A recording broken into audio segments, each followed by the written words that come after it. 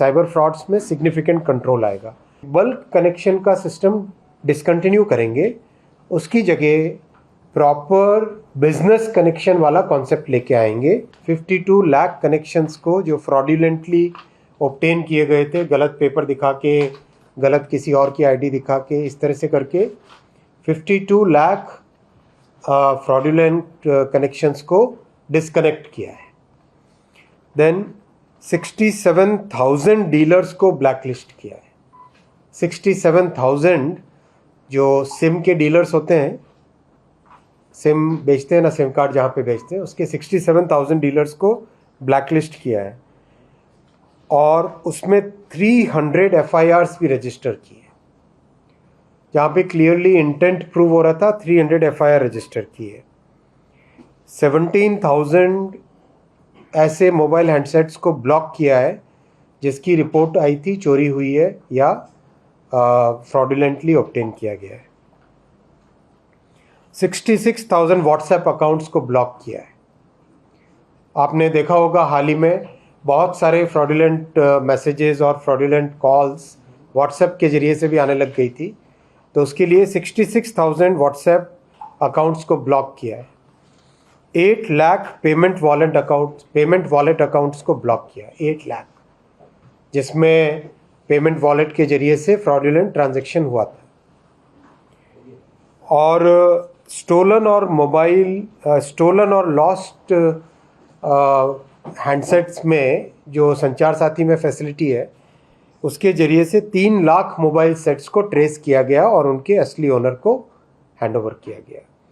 So what I would like to share with you is that जो संचार साथी portal के ज़रिए यूज़र फोकस्ड रिफॉर्म्स किए गए थे, उसके रिज़ल्ट अच्छे आए हैं। एक्चुअल अभी तक डेटा निकलेगा, बहुत कम पीरियड निकला है ये, लेकिन 1 साल के बाद में एक्चुअल डेटा जब आएगा तब आप देखेंगे कि साइबर फ्रॉड्स की संख्या में एक तरीके से कंट्रोल आएगा। Within 1 year of this entire program cyber frauds में सिग्निफिकेंट कंट्रोल आएगा।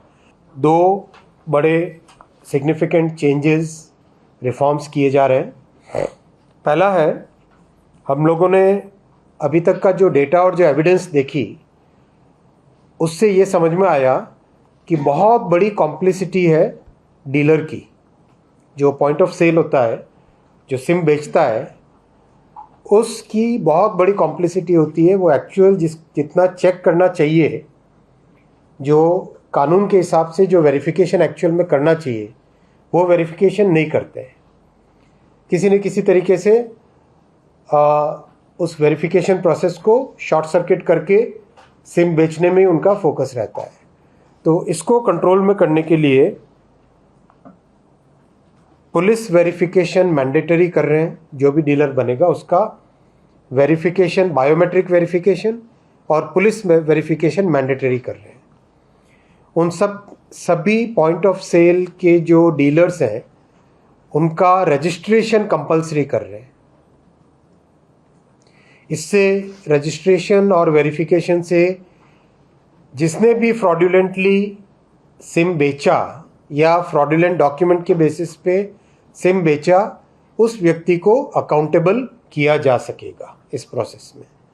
तो ये अकाउंटेबिलिटी लाने का बहुत बड़ा एक स्टेप है और ये बहुत डिटेल चर्चा करके, फील्ड में डेटा देख के, टेलीकॉम सर्विस प्रोवाइडर्स से बातचीत करके, पुलिस एजेंसीज़ के साथ बातचीत करके, एक्चुअल में फील्ड में जाके कुछ टेस्ट चेक करके, इन सब को करने के बाद में इस नतीजे पे पहुँचे कि बहुत बड़ा सोर्स है फ्रॉडुलेंट सिम बेचने का, वो है डीलर।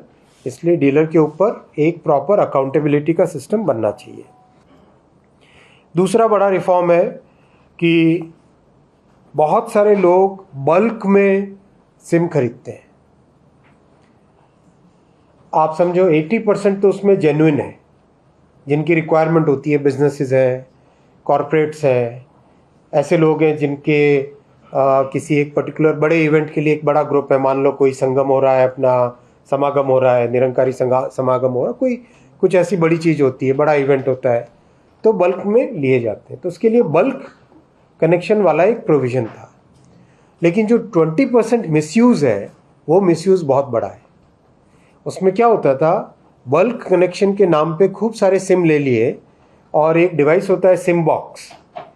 सिम बॉक्स के अंदर एक साथ खूब सारे सिम डाले जाते हैं और उस एक सिम बॉक्स के ज़रिए से फिर बहुत सारे ऑटोमेटेड कॉल्स होते थे।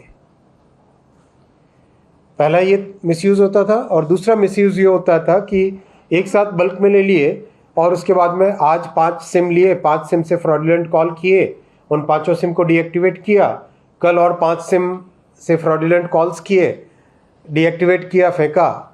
फिर ऐसे करके एक तरीके से एक फ्रॉडुलेंट कॉल्स की, साइबर फ्रॉड्स की एक कड़ी बन जाती थी। तो इसमें भी बहुत डिटेल स्टडी हुई है और जितने भी बल्क कनेक्शन से उनका एनालिसिस हुआ है, फील्ड में जाके वेरिफिकेशन हुआ है, अच्छी डिटेल्ड एविडेंस, अच्छे से डिटेल स्टडी करने के बाद में ये तय किया गया है कि बल्क कनेक्शन का सिस्टम डिसकंटिन्यू करेंगे, उसकी जगह प्रॉपर बिजनेस कनेक्शन वाला कॉन्सेप्ट लेके आएंगे। एक और छोटा प्रोसेस में चेंज लाए हैं जिसका बहुत अच्छा इम्पैक्ट आया है कि जहाँ पर भी आधार कार्ड लेके आते हैं वहाँ पे आधार कार्ड के ऊपर जो QR कोड है, उस QR कोड को स्कैन करके डिजिटली वेरीफाई करना मैंडेटरी कर रहे हैं। मतलब प्रैक्टिस में आ गया ये ऑलरेडी, अब उसको एक लीगल बैकग्राउंड दे रहे हैं। तो उससे भी काफ़ी मात्रा में जो फ़ोटोशॉपिंग करके आधार कार्ड बनाते थे और पेपर वेरिफिकेशन करने की कोशिश करते थे, वो वाला फ्रॉड भी कम हो जाएगा।